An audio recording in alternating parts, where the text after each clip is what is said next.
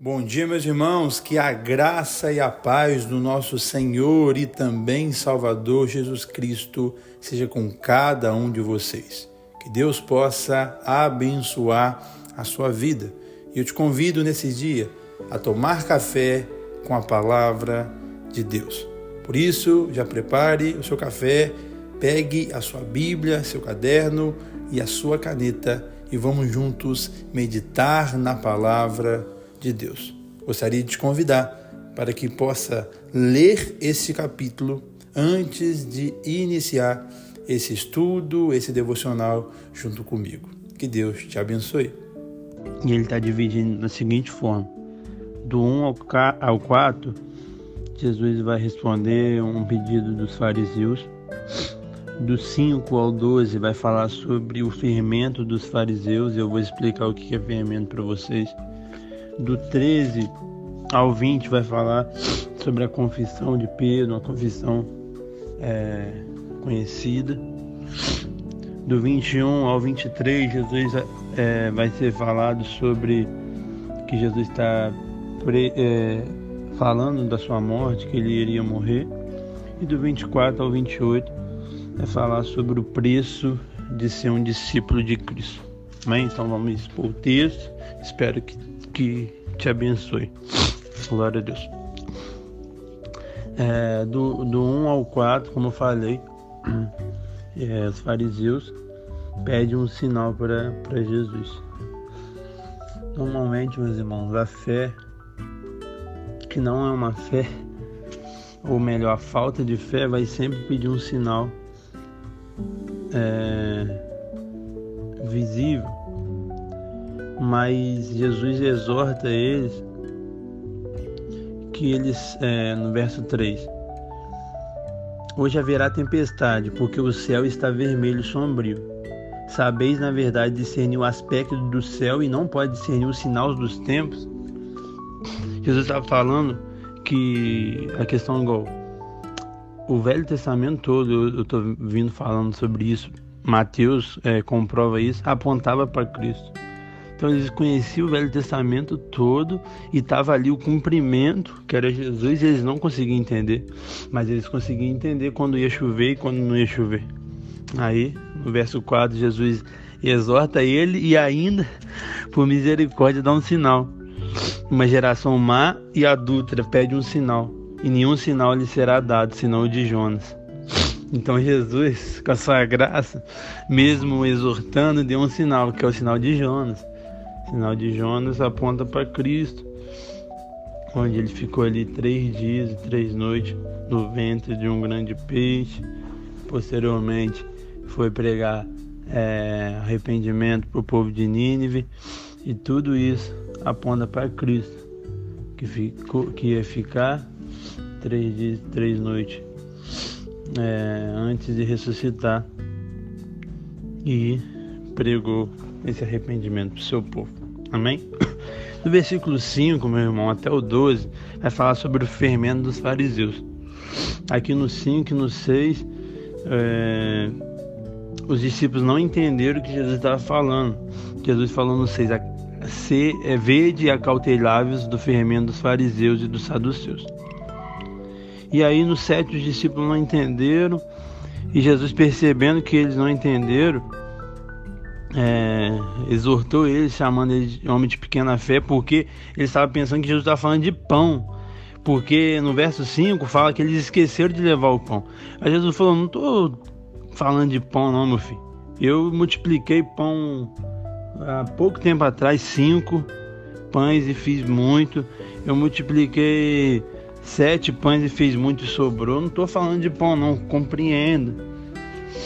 Aí ele falou assim: acautelai-vos do fermento dos fariseus e dos saduceus. O que significa isso, meus irmãos? Acautelai-vos do fermento. Vou deter um pouquinho de tempo para explicar para vocês. Eu creio que todo mundo aqui sabe o que é fermento, e principalmente os cozinheiros de plantão aí. Então o fermento é algo, né, que é feito para crescer as coisas. Crescer o bolo, crescer o pão. E o fermento em si, eu não sei se você sabe, ele é um pão, né? Que no seu processo que foi feito, estragado. As pessoas, surgiu isso lá no Egito, quando o povo de Deus ainda estava em cativeiro.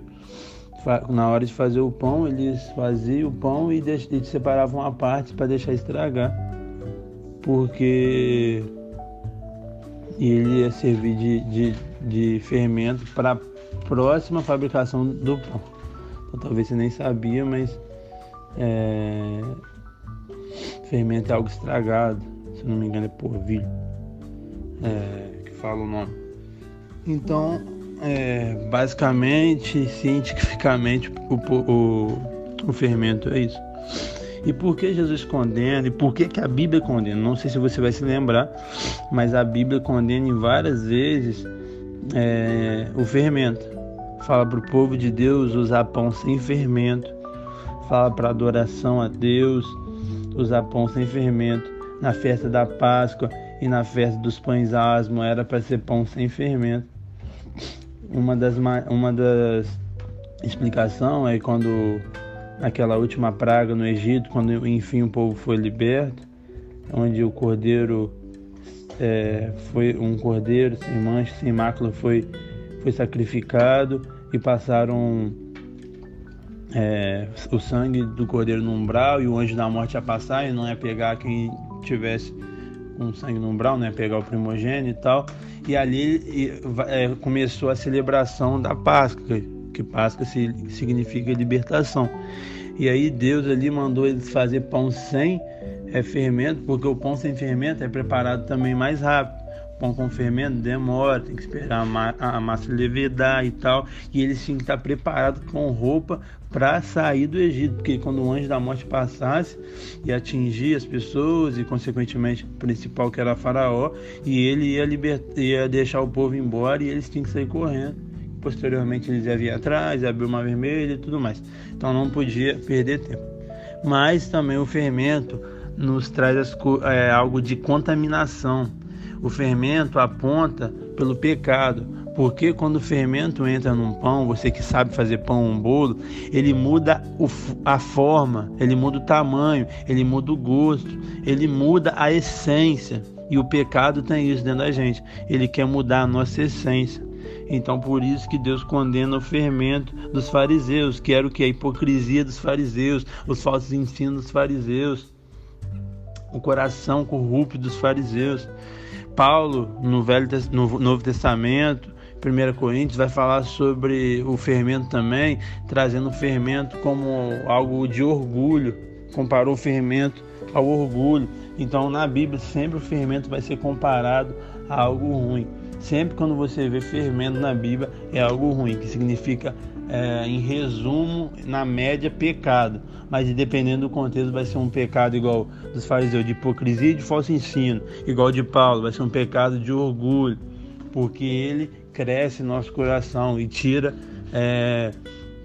a real essência do que tem que ser. Cresce algo, mas não algo de Deus. Cresce algo mais diferente do que tinha que crescer. Então é basicamente isso.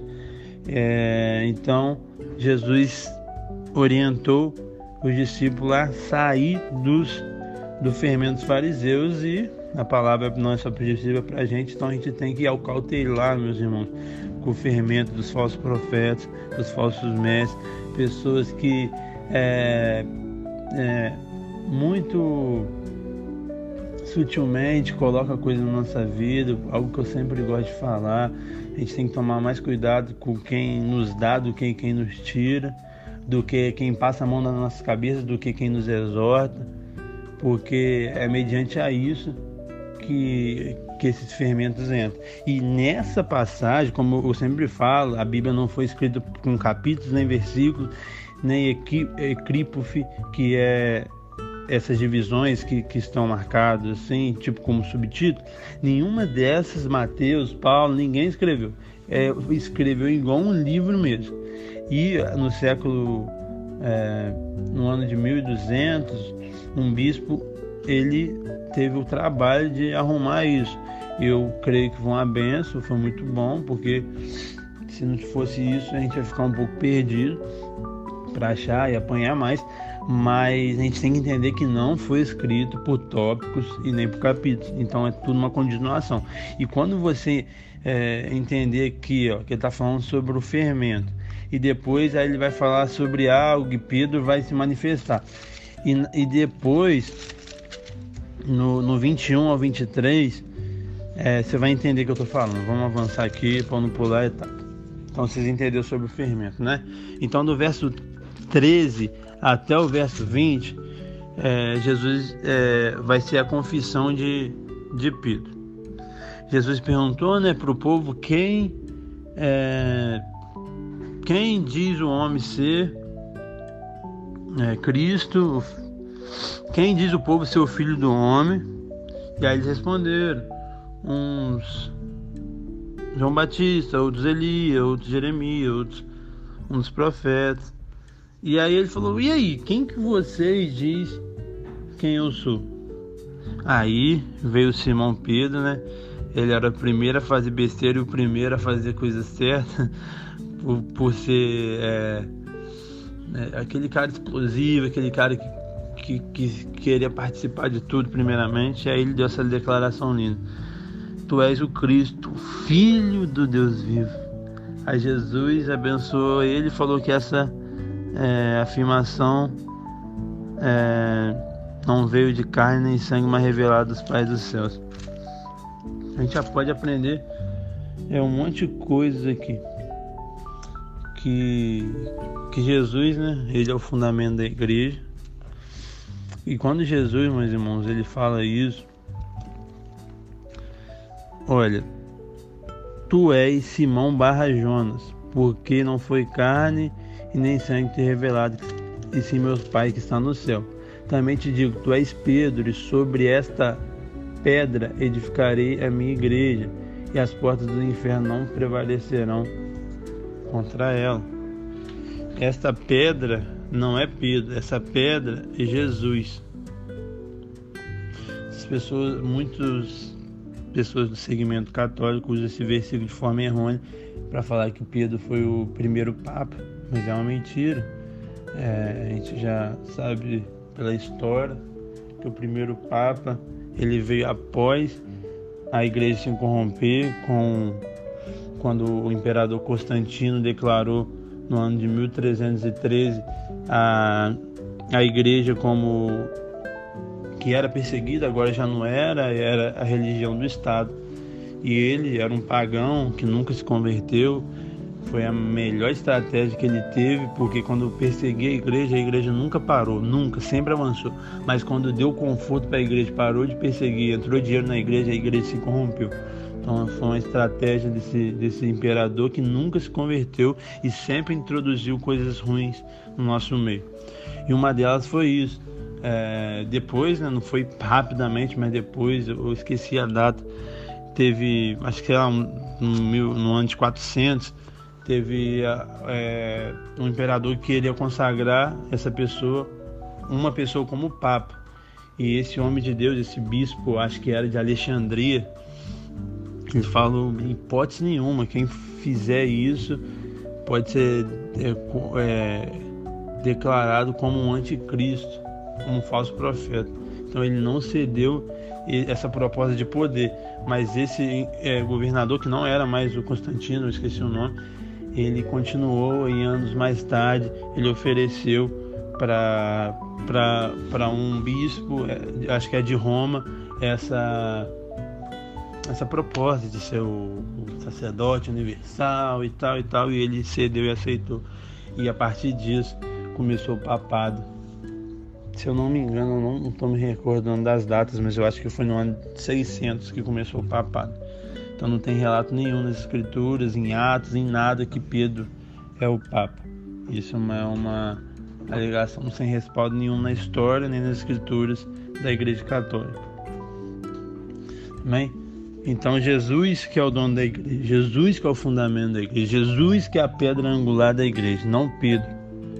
Pedro está em Jesus, e a partir de Pedro, sim, Pedro era um dos principais apóstolos que foi usado para o alicerce da igreja, mas tudo mediante Jesus, porque a gente sem ele, a palavra do Senhor fala em João 15, que ele é a videira, e nós somos os ramos, sem ele a gente não pode fazer nada. Então Jesus é o dono da igreja, ele é o edificador da igreja, ele é o protetor da igreja. Aqui vai falar sobre portas do inferno, meus irmãos. Muita gente acha que portas do inferno, então a gente vai atacar o inferno e o inferno não vai poder nos deter. Mais porta, não sei se vocês sabem, eu creio que vocês sabem, talvez vocês entenderam errado, mas porta é uma arma de defesa. Então o inferno que vai nos atacar, mas eles não vão conseguir, porque as portas do inferno não vai prevalecer contra a igreja, entendeu? Então a gente vai junto mesmo contra eles, e eles não vão prevalecer, entendeu? A porta do inferno não tem como conter o que a gente quer fazer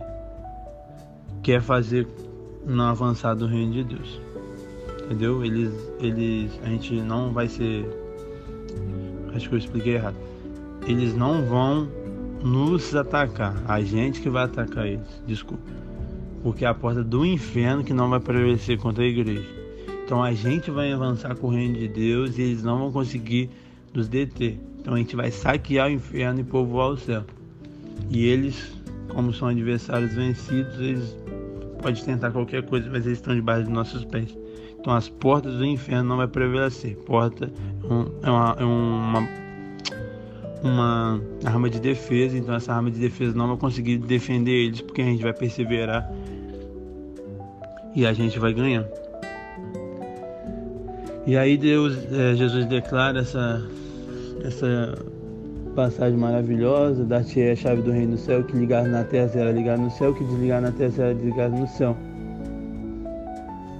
E é isso, né, meus irmãos? Tudo que você ligar aqui, cara, vai ser ligado lá. Tudo que você desligar aqui vai ser desligado lá. Então, esse é o poder da oração, esse poder da conexão divina, de falar mesmo com Deus e saber que segundo a tua vontade vai ser concedido. No verso 20 ali, Jesus dá uma advertência para falar que ele não é o Cristo. E no 21 ao 23, Jesus fala sobre a sua morte. E olha, igual eu estava falando sobre o fermento, e olha como a gente tem que vigiar constantemente. Pedro acabou de dar uma declaração que não veio da carne nem do sangue, mas de Deus. Então a gente entende que declarações maravilhosas mediante as escrituras não vem do homem, não vem de Deus. Para a glória de Deus, muitas pessoas estão gostando do nosso estudo, dos meus áudios, mas não vem de mim, vem dele. É tudo pela graça dele. Então aí Pedro acabou de ser usado por Deus e vai ser usado agora pelo diabo. Primeiro, no 21, Deus começa a mostrar aos seus discípulos que era necessário sofrer em Jerusalém, na mão dos principais anciões, sacerdotes e escribas, ser morto e ressuscitar no terceiro dia. Olha como o diabo usou Pedro, e olha como que dá respaldo para o argumento que eu sempre uso. E 22, e Pedro, chamando à parte, começou a reprovar, dizendo: tem compaixão de ti, Senhor, isso de modo nenhum acontecerá. Ao 23, Jesus voltando disse: arrebata-te, Satanás, porque para mim é pedra de tropeço, porque não cogita as coisas de Deus e sim as coisas dos homens. Meus irmãos, esse argumento que eu sempre falo, a gente tem que tomar muito cuidado com as coisas que tiram na nossa vida, ou melhor, com as coisas que nos dão do que com as coisas que nos tiram. Você tem que tomar muito cuidado com quem quer passar a mão na sua cabeça e não deixar você viver o deserto que você tem que viver, as provações que você tem que viver. Você tem que tomar muito cuidado com essas pessoas, porque essas pessoas são direcionado pelo diabo, igual Pedro foi. Pedro estava com um argumento bom, que talvez você use, ou talvez alguém use com você. Você não passa por isso, não precisa passar por isso. Mas se Jesus não passasse por isso, todo mundo estaria indo para o inferno. Jesus precisava passar por isso. Por que a Bíblia fala que a gente cresce na aprovação, que a aprovação é uma bênção na nossa vida? Por causa disso. Porque a gente tem que passar por algumas coisas para a gente crescer. Então você que é pai, você que é mãe, eu falo por experiência própria, não por ser um pai ou por ser uma mãe, mas por ser um filho. Teve muitas coisas que minha mãe me privou que eu vivesse, que prejudicou minha vida muito. E hoje mais velho, já casado, eu estou crescendo em áreas que eu já poderia ter crescido antes. Olha como que as coisas é sério. Tudo na narrativa do amor, do cuidado excessivo, e isso não é bom. Então pais, mães, líderes, entendam uma coisa: seus filhos têm que passar, seus liderados têm que passar por coisas e eles só vão crescer em cima disso. E sempre quando vier um argumento para tirar as pessoas do sofrimento, por mais que a gente goste, é um argumento de Satanás, como a gente viu aqui nas Escrituras. Quando Pedro queria tirar Jesus do sofrimento com a narrativa do amor, mas isso não é amor. O amor que é o crescimento da pessoa, e a pessoa só cresce no sofrimento, só cresce na tribulação, só cresce na prova. Então não amenize a prova de ninguém. Ajude, segure firme, passe junto, mas não amenize, porque você vai crescer junto e a pessoa principalmente, vai crescer. Então tome muito cuidado com quem te dá e não com quem te tira. Tome muito cuidado com quem passa a mão na sua cabeça e não com quem te exorta, tá bom? E aqui, para finalizar, a gente vai falar do 24 ao 28 sobre o preço de ser discípulo, de ser discípulo de Cristo. Primeiro, é um convite pessoal aqui, ó. Jesus disse aos seus discípulos: se alguém quiser vir após mim, negue a si mesmo e tome a sua cruz. Então ele faz um convite pessoal: se alguém quiser vir após mim. Primeiro, você quer vir após ele? Então ele está chamando você para um convite com uma relação pessoal. Segundo, ele está falando um convite para uma renúncia. Toma sua cruz. Cruz é algo pesado, algo que Jesus, o próprio, carregou. E ele chama você para morrer, para você negar a si mesmo. Tem muitas pessoas que estão muito vivas, meus irmãos. Por isso que elas são fracas na fé, por isso que elas não avançam, por isso que elas não vencem muitas coisas. Meu irmão, eu desejo para você morte, que você possa morrer, porque a partir do momento que você vai morrer, você vai viver. Parece estranho, mas é verdade. Olha o que está escrito no verso 25. Portanto, quem quiser salvar sua vida, perdê-la, e quem perdê-la sua vida por minha causa, achá-la. Talvez você pergunte: como que pode uma pessoa ganhar a vida e ao mesmo tempo perdê-la? Opa, buguei aqui. Não entendi.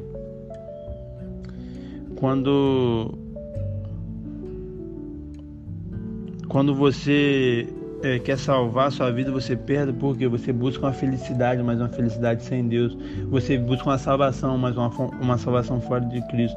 Você busca uma realização, mas em coisas materiais. Então você busca, mas você perde. Mas a partir do momento que você perde, você acha. E por que você perde, você acha? Porque quando você renuncia os prazeres desta vida para receber a bem-aventurança eterna, quando você renuncia às riquezas desse mundo para obter a herança eterna, a riqueza que a traça não pega, quando você renuncia à ilusão que se vê para receber o real que ainda não pode ver. Em Coríntios vai falar sobre isso, para a gente não atentar para as coisas que a gente vê, e sim para as coisas que a gente não vê, que elas são eternas. Você não está vendo hoje a Nova Jerusalém, você não está vendo a eternidade, mas ela já é presente, ela já é real. Creia. Amém? 26. Pois que proveita o homem ganhar o mundo inteiro e perder sua alma? O que dará o homem em troca da sua alma? Meus irmãos, o dinheiro não pode comprar a salvação, a bem-aventurança eterna. A salvação, meus irmãos, vale mais do que